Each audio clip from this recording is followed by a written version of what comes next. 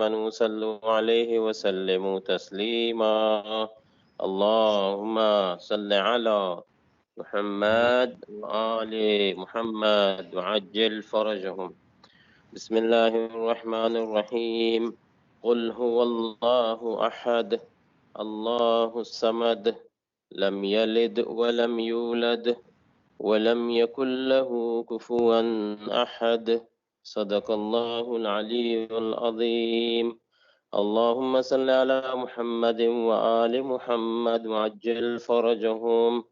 اللهم كن لوليك الحجة ابن الحسن صلواتك عليه وعلى آبائه في هذه الساعة وفي كل ساعة وليا وحافظا وقائدا وناصرا ودليلا وعينا حتى تسكنه أرزك توعا وتمتعه فيها طويلا برحمتك يا أرحم الراحمين. اللهم صل على محمد وآل Muhammad وعجل فرجهم. Dear audience, once again welcome back to our Mahi Ramadan session, Mohsinin group. I'm sure آپ لوگوں نے عزاداری اور شبہ قدر کے اعمال بہترین طریقے سے انجام کیے ہوں گے اور ایک دوسرے کو دعا میں یاد رکھا ہوگا. خدا تعالی ہم سب کے اعمال، دعا اور روزہ، نماز، عبادات قبول کرے انشاءاللہ. آئندہ بھی توفیق دے کہ خدا تعالیٰ کی بہترین بندگی کرنے کی توفیق عطا ہو انشاءاللہ، آمین. اور ہمارا سیشن دوبارہ سے آغاز ہوا ہے. Today is the 19th session and third session with Sheikh Mazhar Shahidi صاحب. First two sessions of ماہ رمضان آغا صاحب نے لیے تھے، اس کے بعد بریک تھی اور اب دوبارہ سے ان سے استفادہ کریں گے. ہمارا پروگرام کا روٹین نارملی 35 منٹ لیکچر اور درس اور اس کے بعد 15 منٹ کوسچن اور آنسر. آپ لوگ پلیز اپنے question answer relevance to the topic chat کے اوپر لکھ دیجئے گا، آغا صاحب سے پوچھیں گے اور استفادہ کریں گے. اب میں مزید ڈیلے نہیں کرنا چاہ رہا. آغا صاحب میں آپ سے ریکویسٹ کرتا ہوں کہ آپ پلیز اپنے درس کا آغاز کیجئے گا. بر محمد و آل محمد صلوات. اللہم صل علی محمد و آل محمد وعجل فرجہم. بسم اللہ آغا صاحب. اعوذ باللہ من الشیطان الرجیم. بسم اللہ الرحمن الرحیم. الحمد للہ رب العالمین والصلاة والسلام علی اشرف الانبیاء والمرسلین ابی القاسم محمد. اللہم صلی علی محمد وآل محمد وعلی آلہ الطیبین الطاہرین المعصومین المظلومین المنتجبین ولعنۃ اللہ علی اعدائہم اجمعین من الآن الى لقاء یوم الدین. اما بعد فقد قال اللہ تبارک و تعالی فی قرآن الحکیم وما خلقت الجن والانس الا لیعبدون. صلوات محمد و آل محمد پہ. اللہم صلی علی محمد و آل محمد وعجل فرج. گفتگو ہماری تربیت اولاد کے اوپر کچھ سیشنز آپ کی خدمت میں پیش کریں گے. کوشش یہ تھی کہ کچھ ایک دو سیشنز، دو تین سیشنز تربیت اولاد کے بعد پھر اپنی میریڈ لائف کے متعلق کچھ آپ کی خدمت میں عرض کروں. لیکن بہرحال چونکہ ٹاپک تھوڑا سا طولانی ہے، نہیں معلوم کہ میں کس حد تک اپنے دوسرے ٹاپک پر پہنچ پاؤں گا. تربیت اولاد کا موضوع اتنا ایک اہم موضوع ہے کہ اگر اس کے اوپر ہم نے ایک کمانڈ حاصل کر لی، تربیت اولاد کے موضوع پر ایک کمانڈ حاصل کر لی اور اس میں ہم کامیاب ہو گئے تو ہم بہت سارے جو چیلنجز ہیں لائف میں ہم اس کو اچھی طریقے سے سولو کر سکتے ہیں. یہ جملہ میں نے بہت ذمہ داری کے ساتھ کہا ہے. آپ کو اس جملے کے پیچھے ایک بیک گراؤنڈ بتاؤں میں آپ کو خدمت میں. جی میری کہیں پر اگر آواز یا ویڈیو کوئی ڈسٹرب ہو تو پھر مجھے انفارم کر دیے گا. یہ جو گفتگو، یہ جملہ میں نے آپ کی خدمت میں کہا، یہ بہت اہم جملہ عرض کیا. اس کے پیچھے پورا ایک یوں کہیے کہ پورے ایک بیسکس ہیں، اسلامک بیسکس ہیں.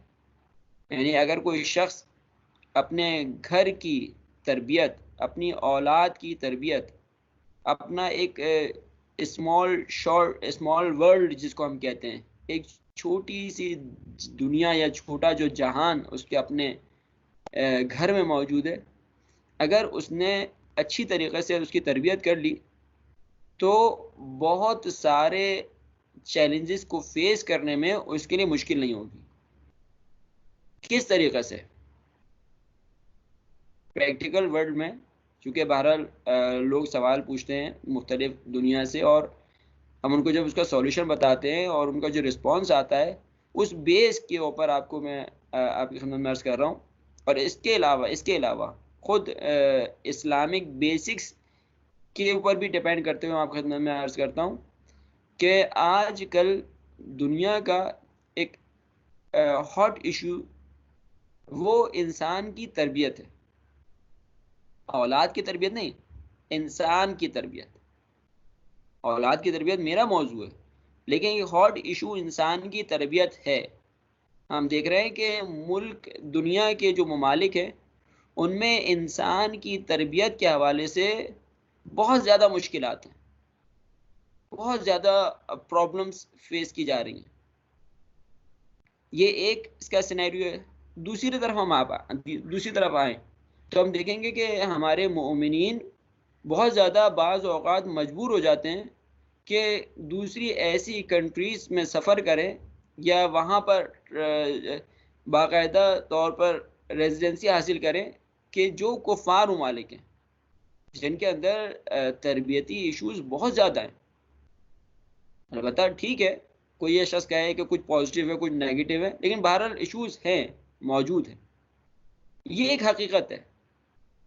ایک طرف وہ ایشوز اور ایک طرف ہمارا دغدغہ، ایک ہمارا ہم و غم کہ آخر ہم اپنی اولاد کی کیسے تربیت کریں اتنی ساری مشکلات میں.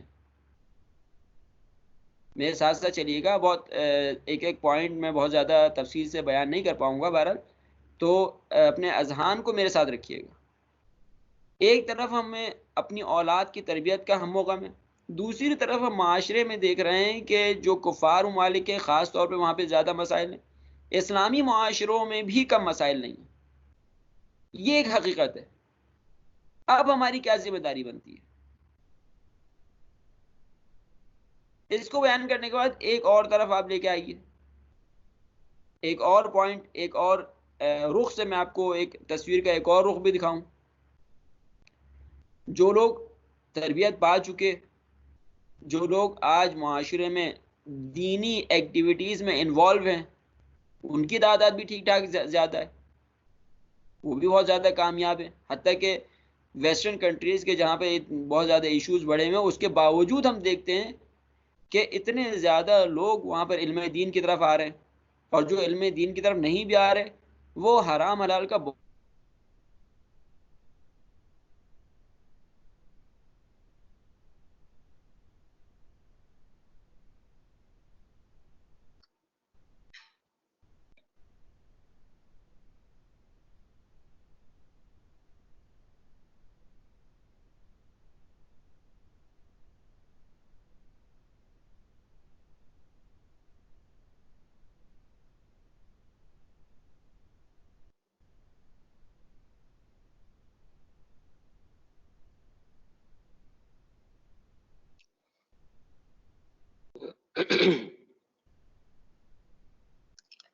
It seems we lost connection.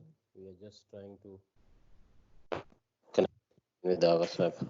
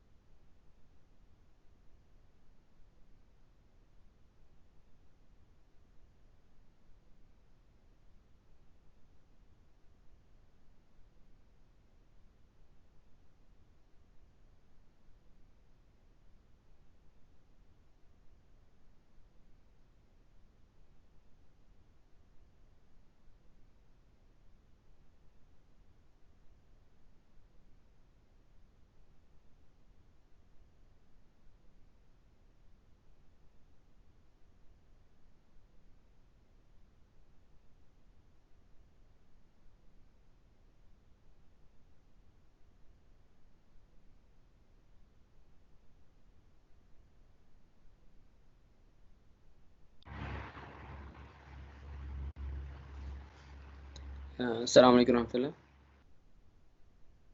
جی وعلیکم السلام. آغا صاحب آپ کا کنیکشن غائب ہو گیا تھا. ہاں سوری، وہ کنیکشن میں نے چینج کر لیا تو نہیں معلوم کہ کیوں پرابلم. آپ کنٹینیو کیجئے. بسم اللہ. جی جی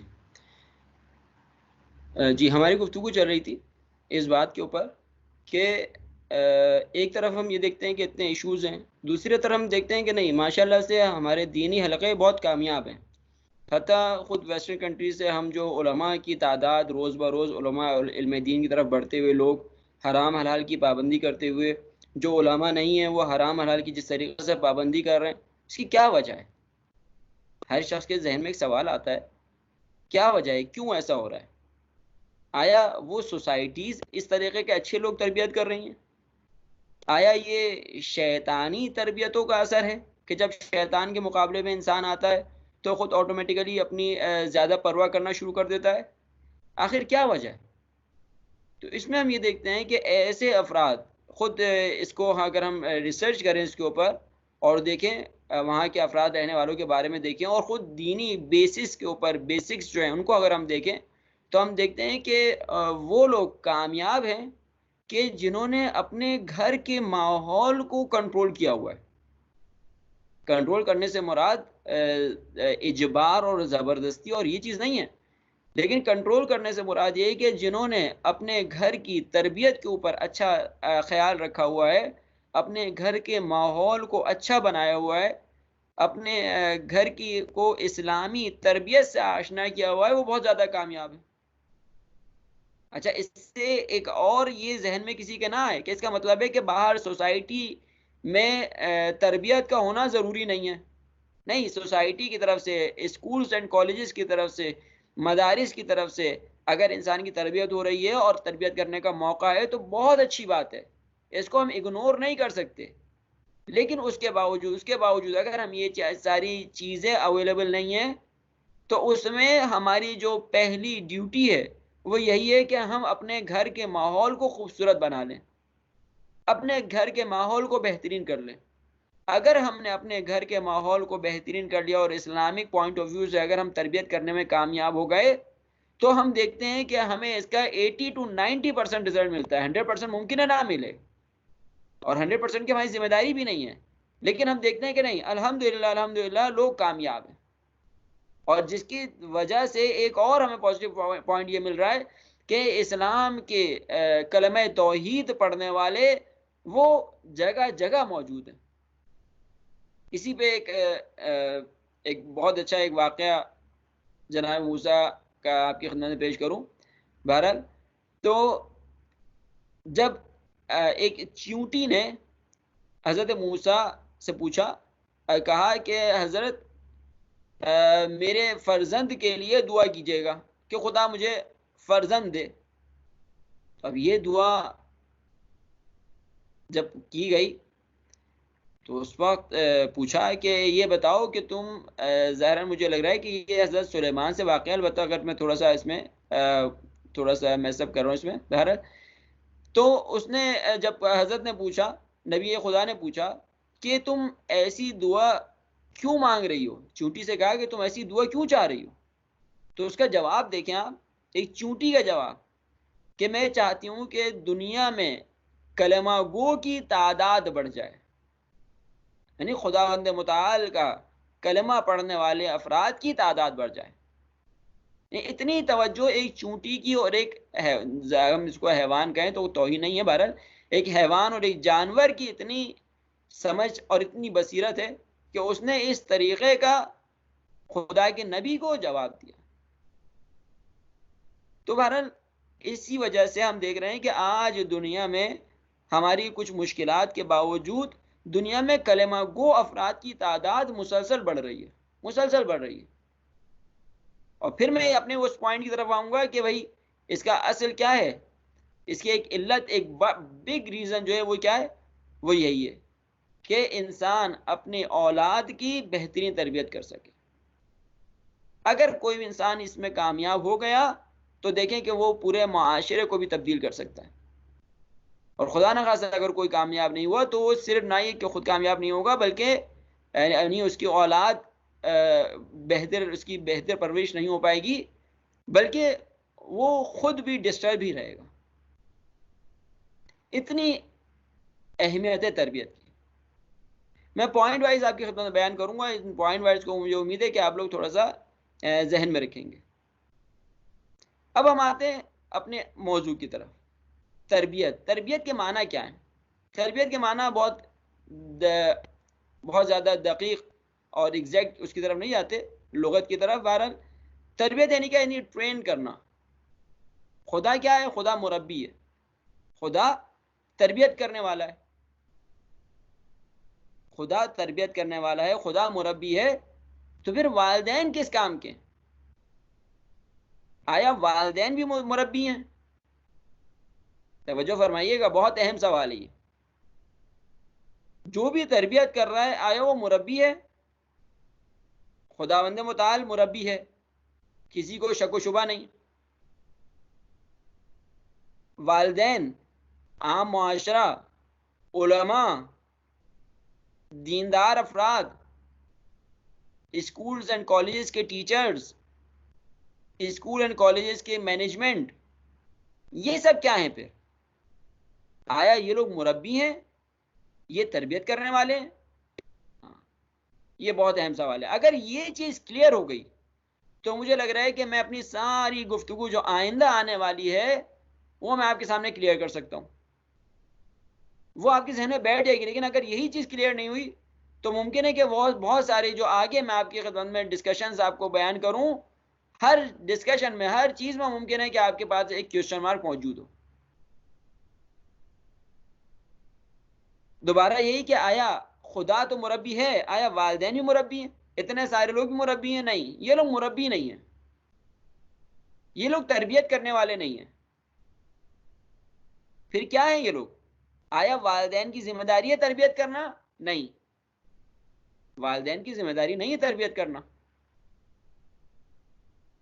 عجیب گفتگو ہے۔ بہرحال سوال اٹھ رہے ہوں گے آپ کے کہ پھر والدین کی کیا ذمہ داری ہے؟ ہم نے تو ابھی تک یہی سن رکھا تھا کہ والدین کی ذمہ داری ہے تربیت کرنا۔ نہیں، والدین کی، علماء کی، معاشرے کے دوسرے لوگوں کی کوئی اس قسم کی ذمہ داری نہیں ہے تربیت کرنا۔ تربیت کرنے کی ذمہ داری صرف اور صرف خداوند متعال کی۔ ہم لوگ کس کام کے ہیں پھر؟ والدین کس کام کے ہیں؟ والدین، علماء، جتنے بھی افراد ہیں وہ مربی کہنے کا حق نہیں رکھتے، کہلوانے کا حق نہیں رکھتے، وہ ہیں متربی۔ دین اصطلاح میں متربی ہوتا کیا ہے؟ یہ میں نے آپ کے خدمت میں ایک بہت اہم اصطلاح، ایک ٹرمنالوجی استعمال کی۔ یہ ہے کیا چیز؟ یہ کہ متربی صرف اور صرف گراؤنڈ فراہم کرتا ہے تربیت کا۔ توجہ فرمائی آپ نے کہ مربی صرف اور صرف خدا ہے۔ والدین، علماء، جتنے بھی لوگ ہیں وہ سب متربی ہیں، وہ صرف اور صرف گراؤنڈ فراہم کریں گے، تربیت نہیں کریں گے۔ اس کا نتیجہ کہاں محسوس ہوگا ہمیں؟ آیا صرف یہ لفاظی ہے یا نہیں، بلکہ اس کے پیچھے اور کوئی حقیقت بھی ہے۔ ہاں، اس کے پیچھے کچھ اور حقیقت بھی ہے، اور وہ حقیقت یہ ہے کہ اس کا اثر ہمیں اس وقت ہمیں دکھائی دے گا کہ جب ہم دیکھیں گے کہ اپنی آنکھوں سے، خدا نخواستہ کسی سے ایسا موقع نہ آئے، جب ہم دیکھیں گے اپنی آنکھوں کے سامنے کہ ہماری اولاد گمراہ ہو رہی ہے، ہماری اولاد ایک برے راستے پر جا رہی ہے، تو ہم اس کو بالاجبار، زبردستی اس کو روکنے کی کوشش نہیں کریں گے۔ اس وقت اس چیز کا ایک ٹرمنالوجی کا اثر اس وقت ظاہر ہوگا جب مجھے معلوم ہو جائے گا کہ میں مربی نہیں ہوں، میں متربی ہوں۔ اصل مربی خداوند متعال ہے، میری اولاد کی تربیت کی ذمہ داری خداوند متعال کی ہے، میری ذمہ داری نہیں ہے۔ جب مجھے پتہ چل گیا کہ میری ذمہ داری نہیں ہے تو اس وقت میں باقاعدہ طور پر ایک آرام اور سکون کا مظاہرہ کروں گا۔ جب میں دیکھوں گا کہ میری اولاد گمراہ ہو رہی ہے، جب میں دیکھوں گا کہ میری اولاد سے کوئی برا فعل سرزد ہو رہا ہے، تو میں پریشان نہیں ہوں گا، میں بلکہ یہ دیکھوں گا کہ یہاں پر میری ذمہ داری کیا ہے، میری یہاں پہ ڈیوٹی کیا ہے، میں کیا کروں، شریعت نے مجھے کیا کہا ہے۔ کیوں؟ کیونکہ مجھے پتا ہے کہ میری ذمہ داری صرف اور صرف تربیت کا زمینہ فراہم کرنا ہے، گراؤنڈ فراہم کرنا ہے، تربیت میری ذمہ داری نہیں ہے۔ تو بس پھر جب مجھے پتا چل گیا کہ تربیت میری ذمہ داری نہیں ہے، میں صرف گراؤنڈ فراہم کروں گا، تو کہیں پر بھی میں ہائپر نہیں ہوں گا، کہیں پر بھی میں غیر دینی کام نہیں کروں گا، کہیں پر بھی میں کوئی دین کے خلاف کوئی کام نہیں کروں گا، میرے اندر ایک آرام اور سکون پایا جائے گا۔ میں یہاں دیکھوں گا کہ میری شریعت مجھے کیا کہتی ہے، یہاں پر کیا کام کرنا ہے مجھے۔ اب آپ دیکھیں جب ایسا ہوگا تو کتنا خوبصورت معاشرہ آپ کے ہاتھ میں آئے گا۔ خداوند متعال نے نہیں چاہا کہ 100% لوگ ہدایت پا جائیں، خداوند متعال نے چاہا ہے کہ جو چاہے وہ ہدایت پا جائے۔ اگر ہدایت دینا اتنا اہم ہوتا تو خداوند متعال کے سب کو زبردستی ہدایت نہیں دے سکتا تھا بالاجبار، خداوند متعال بالاجبار بھی لوگوں کو ہدایت دے سکتا تھا، لیکن خداوند متعال نے زبردستی اجبار کے ذریعے سے، زور کے ذریعے سے دعوت نہیں دینا چاہیے، ہدایت نہیں دینا چاہیے، لوگوں کو اختیار دیا۔ تو اس میں لاجیکل بالکل نیچرل ہے کہ کچھ لوگ ہدایت پا جائیں گے اور کچھ لوگ گمراہ ہو جائیں گے۔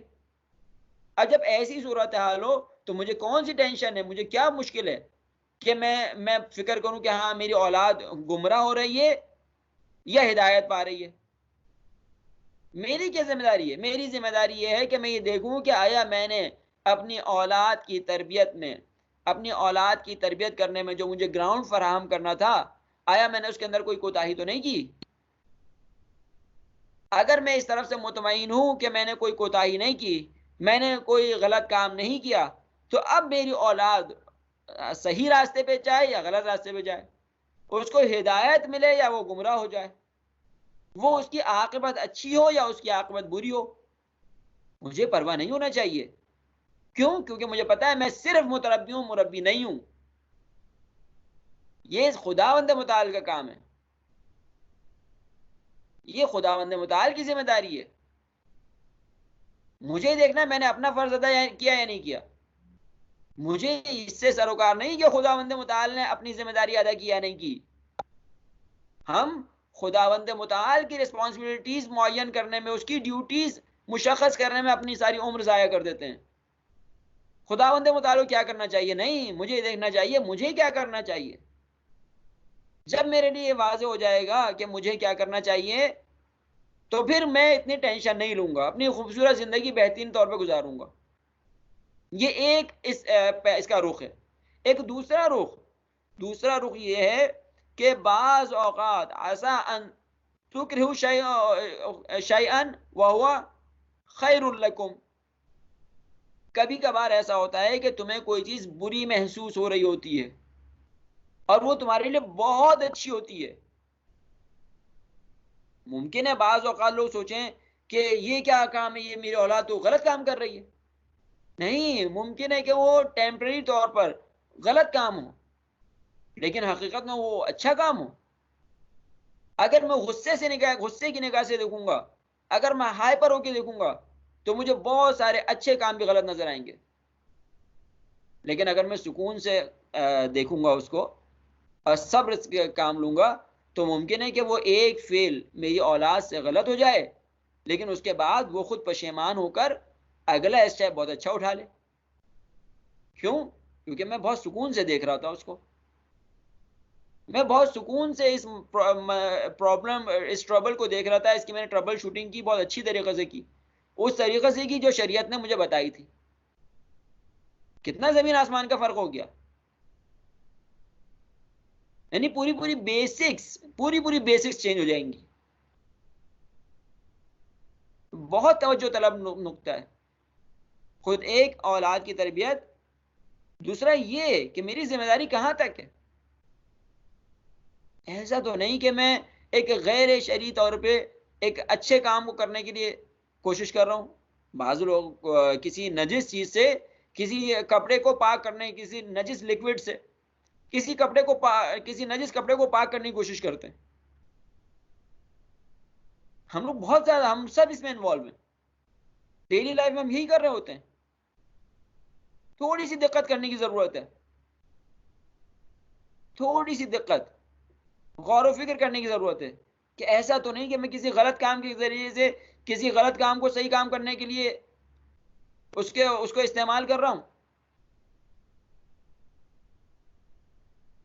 یہ اس بات کا ایک اسی وجہ سے کبھی کبھار ایسا ہوتا ہے کہ انسان اچھے کاموں کو اپنے ہاتھ سے بگاڑ دیتا ہے اور اس کا نتیجہ ہی ملتا ہے. تو بہرحال یہ اولاد کی تربیت نہ صرف یہ کہ اولاد کے لیے بہتر ہے، بلکہ خود میرے لیے بھی بہتر ہے، میرے لیے بھی سکون کا ذریعہ ہے. البتہ ایک چونکہ ممکن ہے کہ کسی کے ذہن میں کچھ سوالات آ رہے ہوں، اس کو میں تھوڑا سا جواب دیتا چلوں کہ انسان کو اپنی اولاد کے لیے، اس کی تربیت کے لیے بہت زیادہ کوشش کرنی چاہیے، لیکن کوشش کس حد تک؟ گراؤنڈ فراہم کرنے تک، اس سے آگے نہیں. حتیٰ اگر انسان اپنی اولاد کو گمراہ ہوتے ہوئے دیکھے تو اس کے لیے باقاعدہ دعائیں آئی ہیں، آیات قرآنی کے اذکار آئے ہیں، انسان ان اذکار کو پڑھے. خود نمازیں آئی ہیں اولاد کی تربیت کے لیے، اولاد کی ہدایت کے لیے، ان نمازوں کو پڑھے. لیکن یہ ساری چیزیں نیکسٹ اسٹیپ ہے، اگلا اسٹیپ ہے.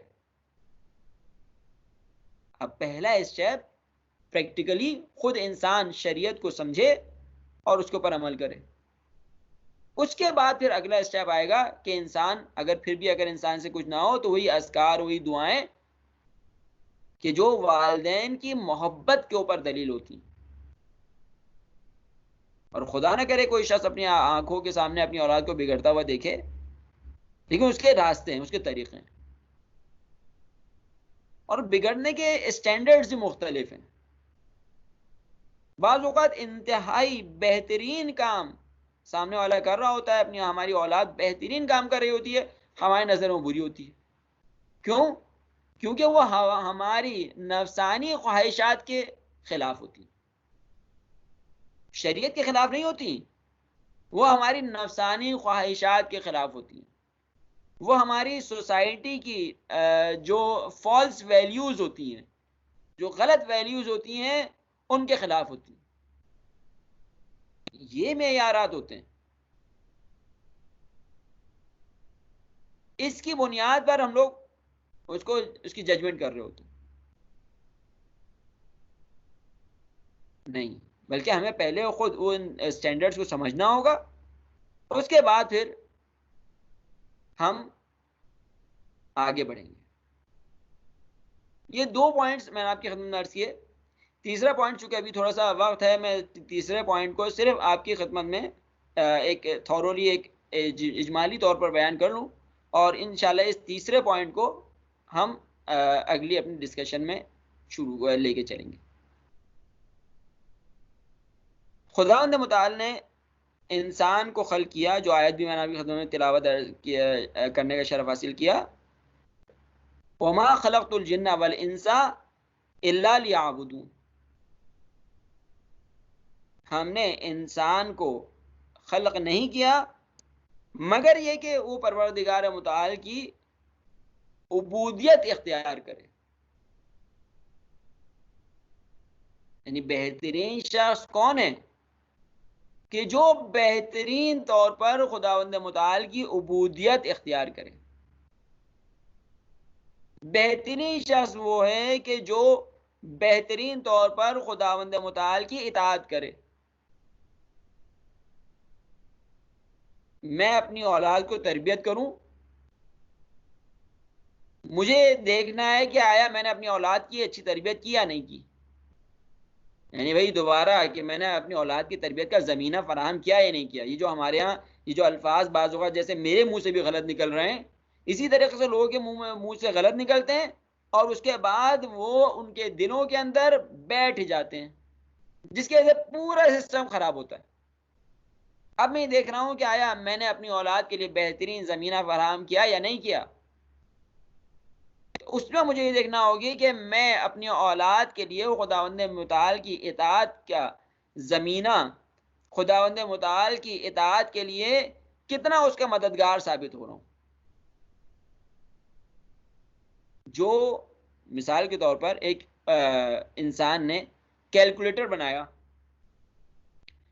اس کا ہدف کیا تھا؟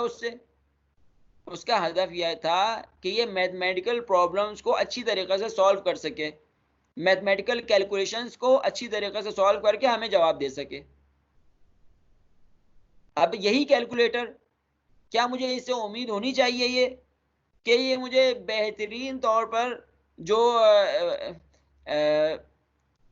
بلڈنگز کے جو نقشے ہیں وہ، یا اس کے علاوہ اور کوئی اسٹوریز سنائیے مجھے، اور میری جو دنیا کی دوسری پرابلمس ہیں، اکنامیکل پرابلمس وغیرہ، ان کو یہ سالو کرے. کیا مجھے یہ اس سے کیلکولیٹر سے یہ توقع ہونی چاہیے؟ نہیں. اگر ایسا ہے تو صحیح توقع نہیں ہے. ایک کیلکولیٹر سے کیا مجھے توقع ہونی چاہیے؟ مجھے یہ توقع ہونی چاہیے کہ میتھمیٹیکل کیلکولیشنز وہ بہترین طور پر سالو کر کے مجھے بتا رہا ہے یا نہیں بتا رہا. کیلکولیٹر بنانے والے کا ہدف میرے لیے واضح ہو گیا. اب مجھے یہ دیکھنا ہے کہ خداوند متعال نے بشر کو بنایا، اس کو کس ہدف کے لیے خلق کیا. ما خلقت الجن والانس الا لیعبدون. اس کے اندر ایک سافٹ ویئر ڈالا خداوند متعال نے عبودیت کا.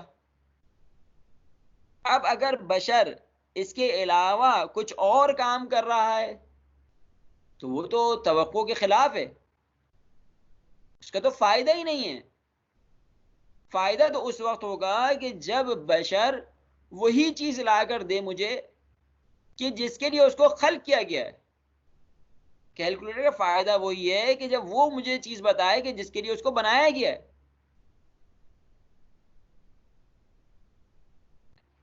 پہلی توجہ ہماری اس پر ہونا چاہیے. کامیاب شخص اس دنیا کے اندر، کامیاب شخص اس آخرت کے، دنیا اور آخرت کے اندر وہ ہے کہ جو اپنے ایمز اینڈ آبجیکٹیوز میں پورا اترے. خداوند متعال نے جس ہدف کے لیے اس کو بنایا ہے، جس کام کے لیے اس کو بنایا ہے، اس میں پورا ہو. بتا عبودیت کے جو آج کل معنی کیے جاتے ہیں وہ یہی ہے کہ بس یہ آخرت کے کام کا ہے، بس دنیا میں کسی کام کا نہیں ہے. دنیا میں ممکن ہے صرف ایسے اسٹیچو ہوئی ہے، کسی کام کا نہیں ہے. دنیا میں کسی قسم کی ترقی، ڈیولپمنٹ کسی کام کا نہیں ہے. نہیں. بہترین عبد کون ہے؟ معصومین علیہ السلام. بہترین عبودیت کس کو آتی ہے؟ اہل بیت علیہ السلام کو. آج وہ اس دنیا میں موجود ہوتے، آج وہ اس دنیا میں موجود ہوتے تو آیا ان سے جو آج کل کی جو ترقی ہے، جو ماڈرن ڈیولپمنٹ ہے، ماڈرن سائنسز ہے، آیا اس میں ان سے کوئی آگے ہوتا؟ بہت یعنی ان ٹرمینالوجیز کی تشریح کی ضرورت ہے، اس کو بیان کرنے کی ضرورت ہے. یہی میں نے آپ سے ایک سوال کیا، مجھے کوئی بھی یہ نہیں کہہ سکتا، کوئی مجھے اس کا جواب نہیں دے سکتا کہ اگر معصوم اگر آج موجود ہوتے، اہل بیت علیہ السلام آج ہمارے زمانے کے آخری امام اجل اللہ تعالیٰ فرجہ الشریف موجود ہوتے تو ان سے دنیاوی ٹیکنالوجی میں کوئی شخص آگے ہوتا. کوئی شخص مجھ سے نہیں کہہ سکتا کہ آگے ہوتا. ابھی آپ لوگ سب یہی کہیں گے، سب یہ مجھے بتائیں گے کہ ہاں اگر وہ ہوتے تو کوئی ان سے آگے نکلنے کا تصور پیدا نہیں کر سکتا تھا. اصل میں تو عبودیت ان کے پاس ہے. اشہد ان محمد عبدہ و رسولہ، رسالت بعد میں آ رہی ہے، عبودیت پہلے آ رہی ہے. اب اگر کوئی تشریح کر رہا ہے اس کی عبودیت کی، کسی اور معنی میں غلط کر رہا ہے،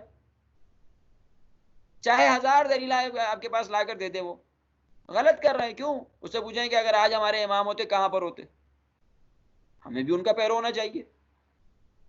دنیاوی ترقی میں ہمیں کہیں پیچھے نہیں رہنا چاہیے. عام طور پہ لوگ عبودیت سے متنفر ہو جاتے ہیں، نفرت کرنے لگتے ہیں. کیوں؟ ذہن میں یہی آتا ہے کہ نہیں اگر عبودیت ہے تو اس کا مطلب ہے کہ بس نہیں، وہ ایک مصلی بچھا کر، جانماز بچھا کر بس وہیں پر سارا دن بیٹھ کر عبادت کرتا رہے گا. یہ تصور، اس تصور کا کون حامی ہے؟ اسی وجہ سے انسان دین سے اور عبودیت سے اور ان ساری چیزوں سے متنفر ہو جاتا ہے، نفرت کرنے لگتا ہے دلی طور پر. نہیں، یہ نہیں ہے عبودیت کا مسئلہ. دوسری چیز بس ایک جملے میں آپ کی خدمت میں بیان کروں کہ خداوند متعال کا ہدف کیا ہے؟ الا لیعبدون، عبودیت. خداوند متعال نے ہمیں ایک انسٹرومنٹ بھی دے دیا عبودیت تک پہنچنے کے لیے. وہ کون سا انسٹرومنٹ ہے؟ وہ ہے فطرت. فطرت کا انسٹرومنٹ بھی ہمیں مل گیا. البتہ اس کو میں کل آپ کی خدمت میں اس کو توضیح دینی پڑے گی، بہت تفصیل سے بیان کروں گا، لیکن ابھی صرف ایک جملے میں بیان کرتے ہوئے جا رہا ہوں کہ ہدف عبودیت ہے. بہترین انسٹرومنٹ جو ہمیں اس ہدف تک پہنچا سکتا ہے وہ ہے فطرت. اس انسٹرومنٹ کو یوز کرنے کا جو طریقہ ہے، اس کے جو یوسیج ہے، اس انسٹرومنٹ کو استعمال کرنے کا طریقہ، اس سے استفادہ کرنے کا طریقہ، اس کو ہم کہتے ہیں تربیت. اس انسٹرومنٹ کو، اس فطرت کو ہم اس سے کس طریقے سے استفادہ کریں، کس طریقے سے ہم اس کو یوز کریں، یہ ہے تربیت. ہم اپنے آئندہ سیشنز میں آپ کی خدمت میں یہ چیز بتائیں گے کہ یہ جو خداوند متعال نے ہمیں ہدف دیا اور یہ جو ہمیں فطرت دی، ہم اس کے ذریعے سے اس ہدف تک کیسے پہنچے، خود کیسے پہنچے، اپنی اولاد کو کیسے پہنچائیں، اپنے اہل و عیال کو کیسے پہنچائیں. یہ ہمارے لیے آج کا سوال ہے. ان چیزوں کو ہم آپ کی خدمت میں بیان کرتے ہوئے تربیت اولاد کی جو ایک بہت اہم ٹاپک ہے، اور بہت سارے افراد جو آج ممکن ہے کہ آج نہ پہنچ سکے ہوں، تو خاص طور پہ ان تک بھی ان کو اگر کسی کے رسائی ہو تو ان کو ضرور اس کے اہمیت کے عنوان سے ضرور بتائیں، تاکہ یہ کسی سے مس نہ ہو سکے. یہ بہت اہم ٹاپک ہے. مزید ہے کہ انشاءاللہ اس کو کل سے کنٹینیو مزید بھی کریں گے، اور آج بھی اگر کسی کے کوئی سوالات ہیں، کوشش کیا ہے کہ اسی ٹاپک سے ریلیٹڈ ہوں تو اچھا ہے، تاکہ پھر ہم اسی ٹاپک کو اور اچھی طریقے سے آپ کی خدمت میں بیان کر سکیں. ربنا تقبل منا انک انت السمیع العلیم برحمتک یا ارحم الراحمین. اللہم صلی علی محمد وآل محمد وعجل فرجہ. احسنت. جزاک اللہ. خدا آپ کو حفظ کرے انشاءاللہ. آقا کی صحت سلامتی کے لیے مل کے باوز بلند صلوات. اللہم صلی علی محمد وآل محمد وعجل فرجہم. آقا ہمارے پاس 2-3 سوالات ہیں. ابھی مجھے کسی نے واٹس ایپ پہ آڈیو میسیج سب سے پہلے بھیجا تھا آپ کے درس کے دوران. بیسیکلی جب آپ نے یہ مربی اللہ تعالیٰ اور متربی والدین کے حوالے سے پوائنٹ ڈسکس کیا تھا، اور ذمہ داری اور گراؤنڈ فراہم کرنے کے حوالے سے، تو ان کے وائس میسیج کو میں کوشش کر رہا ہوں کہ میں آپ کو اچھے انداز میں پہنچا سکوں. بیسیکلی وہ یہ کہنا چاہ رہے تھے کہ پھر بچوں کے حوالے سے جو والدین کی ذمہ داری ہے، شرعی ذمہ داری، دنیاوی ذمہ داری، بچہ 7 سال تک اگر نماز کا پابند نہیں ہوتا تو اس کے اوپر آپ فزیکلی اس کو پابند بھی کر سکتے ہیں، یا آخرت میں یا جو ہے وہ قبر میں پھر والدین سے جو پوچھ گچھ ہوگی یا سوال جواب ہوں گے، ذمہ داری اور گناہ اور سزا پھر کس حد تک یا کس معیار پہ ہوگی. اگر صرف گراؤنڈ فراہم کرنا ہے تو والدین بعد میں کہہ سکتے ہیں ہم نے تو گراؤنڈ فراہم کی تھی تو ہم تو ذمہ دار نہیں ہیں. میرا خیال ہے یہ کوسچن پوچھا گیا ہے. آپ کائنڈلی اس کے اوپر تھوڑی سی روشنی ڈال سکتے ہیں؟ جی بالکل بالکل. یعنی باقاعدہ طور پر اگر کوئی شخص صرف اور صرف زمینہ فراہم کرتا ہے، گراؤنڈ فراہم کرتا ہے تربیت کا، البتہ یہ مجھے بتانا پڑے گا کہ گراؤنڈ کیا ہوتا ہے، کس طریقے سے آپ گراؤنڈ فراہم کر رہے ہیں. اگر کوئی شخص یہ کام کرتا ہے تو پھر وہ ذمہ دار نہیں ہے. وہ قیامت کے دن خداوند متعال سے کہہ سکتا ہے کہ خداوند متعال میں نے اپنا کام کیا تھا، اب اگر میری بچی کی تربیت نہیں ہوئی تو اس میں میرا کوئی قصور نہیں، اور خداوند متعال اس کو جو ہماری روایات اور آیات جو میں ابھی بیان بھی کروں گا انشاءاللہ، تو اس کے مطابق خداوند متعال اس کو کہے گا ہاں ٹھیک ہے تم نے اپنی ذمہ داری ادا کی، اب تم بری الذمہ ہو. یہ حقیقت ہے اس کی. تو لہٰذا جب انسان گراؤنڈ فراہم کرے گا تو اس کے لیے کافی ہے، پھر اس کے لیے کوئی پریشانی کی ضرورت نہیں ہے، ٹینشن کی ضرورت نہیں ہے. اور یہ ساری چیزیں ہم آپ کی خدمت میں انشاءاللہ بتائیں گے کہ کس کس طریقے سے گراؤنڈ فراہم کیا جا سکتا ہے. جزاک اللہ. اگلا کوشچن یہ ہے کہ گراؤنڈ فراہم کرنا مطلب بچوں کو صرف عمل میں ذریعے سے اگزامپل دی جائے.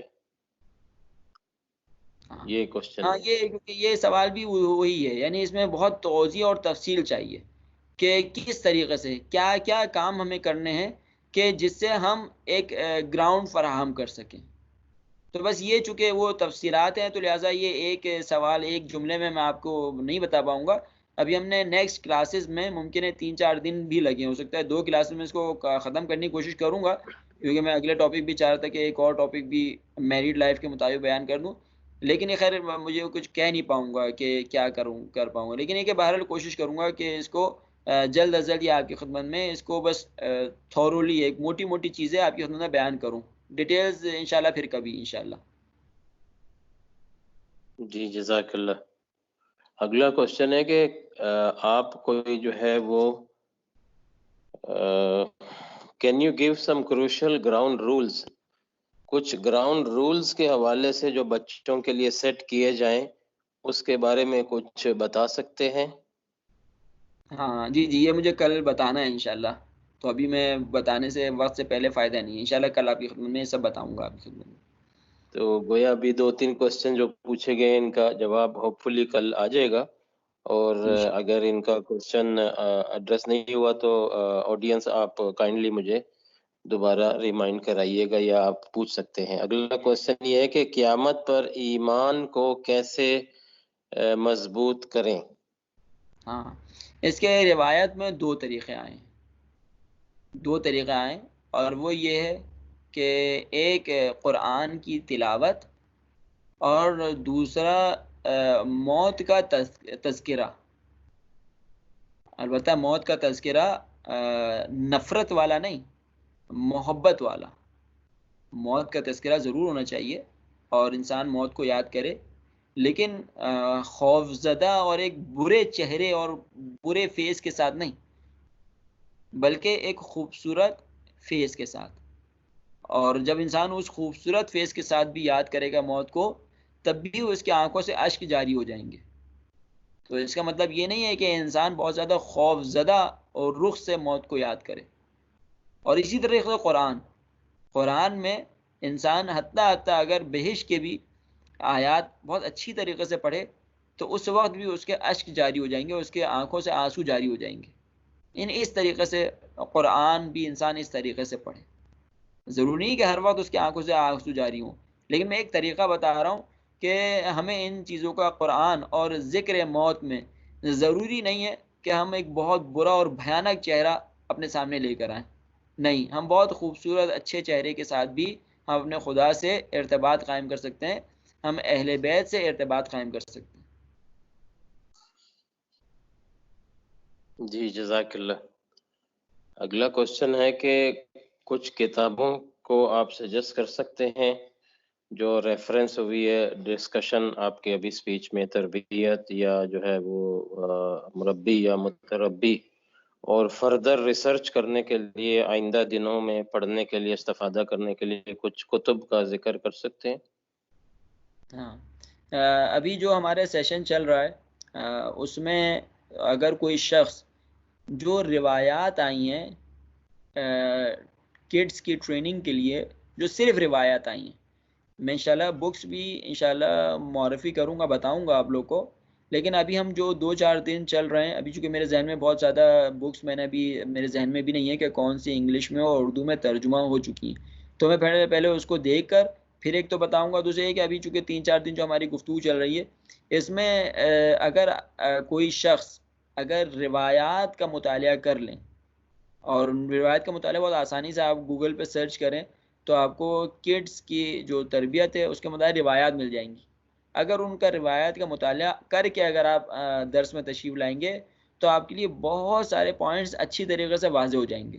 یعنی جو چیز میں بیان کرنا چاہ رہا ہوں وہ بہت اچھی طریقے سے آپ کے لیے واضح بھی ہو جائے گی, اور اگر واضح نہیں بھی ہو پائی تو آپ مجھ سے سوال بھی کر سکیں گے. لیکن اگر بالکل خالی ذہن کے ساتھ آئیں گے تو ممکن ہے کہ آپ بہت زیادہ اچھی طریقے سے سمجھ نہ پائیں اور مجھے ٹائم بھی زیادہ لگے سمجھانے میں. تو فی الحال جب 3-4 دن جو ہماری ڈسکشن ہے اس کے لیے اگر آپ لوگ تربیت کے حوالے سے اگر روایات سرچ کریں اور روایات پڑھ لیں, ایک دفعہ مطالعہ کر لیں, بہت زیادہ دقت سے مطالعہ غور و فکر سے مطالعہ کرنے کی ضرورت نہیں, ایک دفعہ مطالعہ کر لیں تو انشاءاللہ میں آپ کو اپنا مقصد انشاءاللہ سمجھا پاؤں گا. جی آگے ایک لاسٹ کوشچن ہے آج کے لیے کہ ان باتوں کے تناظر میں انسان اپنی اولاد کو کس طرح بگڑتا برداشت کرے گا؟ بے شک آزادی ان کا بنیادی حق ہے, لیکن دنیا تو والدین کو ہی ذمہ دار کہتی ہے, تو کیا اس صورت میں ہم اپنی اولاد کے لیے دنیا کو یہ توجیہ پیش کر سکتے ہیں؟ ہاں دیکھیں, اگر سب سے زیادہ جو لوگ قریب ہیں خداوند متعال کے وہ ہمارے عرفاء ہیں, اولیاء الہی ہیں, کہ جن کے ایک ایک لمحہ خدا کی یاد میں گزرا, اور جو صاحب کرامت ہیں, یعنی خود ان کے ہاتھ میں شفا ہوتی تھی, کرامتیں ہوتی تھی, بہت سارے لوگوں کے مسائل وہ حل کرتے تھے, صاحب کرامت لوگ تھے, عجیب عجیب طریقے سے لوگوں کو شفا دینا, لوگوں کے مسائل حل کرنا, لوگوں کو دعائیں بتانا, یعنی اس مراتب پر پہنچ گئے تھے. عرفاء, مجتہدین, علماء, یہی تو, اور صحیح علماء, میں خدا نخواستہ علماء سو کی بات نہیں کر رہا ہوں, یعنی ایسے علماء کہ جنہوں نے حقیقی طور پر اپنا تزکیہ کیا, تربیت کی, اولاد کی تربیت میں بھی ٹائم لگایا, صحیح طور پر خداوند متعال کے فرامین پر عمل کیا, روایات پر عمل کیا. ان سے بہتر ہم کیا تربیت کریں گے؟ ہم دیکھتے ہیں کہ انہی کی اولاد بعض اوقات گمراہ ہو گئی, اس میں کوئی اس کی بات نہیں ہے, شرم کی بات نہیں ہے.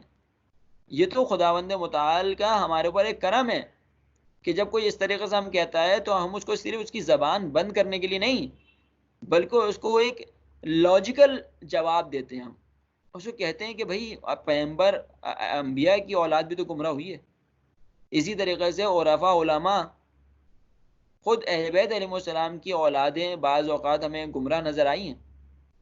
تو اس میں ہمیں لوگوں کی پرواہ نہیں کرنی چاہیے, ہمیں خداوند متعال کی رضا دیکھنی ہے. خداوند متعال ہم سے کیا چاہتا ہے, ہم صرف یہ دیکھیں. ایک بات, ایک پہلو یہ ہے, اس کو بہت اچھی طرح سے درک کریں. اب جو میں اگلا پوائنٹ بیان کرنا چاہ رہا ہوں ایسا نہ ہو کہ وہ مکس ہو جائے. اگلا پوائنٹ آپ دیکھیں, اگلا پوائنٹ یہ دیکھیں کہ کتنی روایات ہیں کہ خداوند متعال ماں باپ کی دعا اپنی اولاد کے حق میں ٹالتا نہیں ہے. دیکھیں ان دونوں چیزوں کو جمع کرنا ہے, کسی ایک طرف گر نہیں جانا ہم نے. یعنی آیا یہ روایات خدا نخواستہ جھوٹی ہیں اس حوالے سے؟ جب مجھے بتائیے کہ والدین بھی میں نے دیکھا ہے کہ والدین کہ جب انہوں نے دیکھا ہے کہ اب وہ کچھ نہیں کر سکتے, اب ان کے ہاتھ پیر بندھے ہوئے ہیں, تو انہوں نے صرف اور صرف پروردگار متعال سے اپنا ایک قلبی رابطہ قائم کیا. غلط کام زبردستی اولاد کو نہیں روکا, زبردستی کر کے روکتے, ہاتھ پکڑ کے روکتے تو ممکن ہے کہ اور نقصان ہوتا. لیکن جب انہوں نے دیکھا کہ نہیں, اب میرے ہاتھ پیر بندھے ہوئے ہیں, اب شریعت کے مطابق میں اب کوئی اور کام نہیں کر سکتا یا میں اور کوئی کام نہیں کر سکتی, ٹھیک ہے, جب یہ والدہ اور والد نے جب یہ دیکھا تو صرف اور صرف اپنے اولاد کے حق میں پروردگار کی بارگاہ میں اپنے ہاتھ پھیلائے. اور خداوند متعال کیسے والدین کی دعا کو رد کر دے, مگر یہ کہ مصلحت ہی یہی ہو. اگر مصلحت ہی یہی ہو وہ الگ بات ہے, لیکن جب ایک والدہ, ایک والد, ایک ماں باپ جب اپنے اولاد کی تربیت کے لیے دعا کریں گے, اپنے ہاتھ پھیلائیں گے خداوند متعال کی بارگاہ میں, تو کیا خداوند متعال رد کر دے گا؟ نہیں, خداوند متعال ان کو اچھا رسپانس دے گا.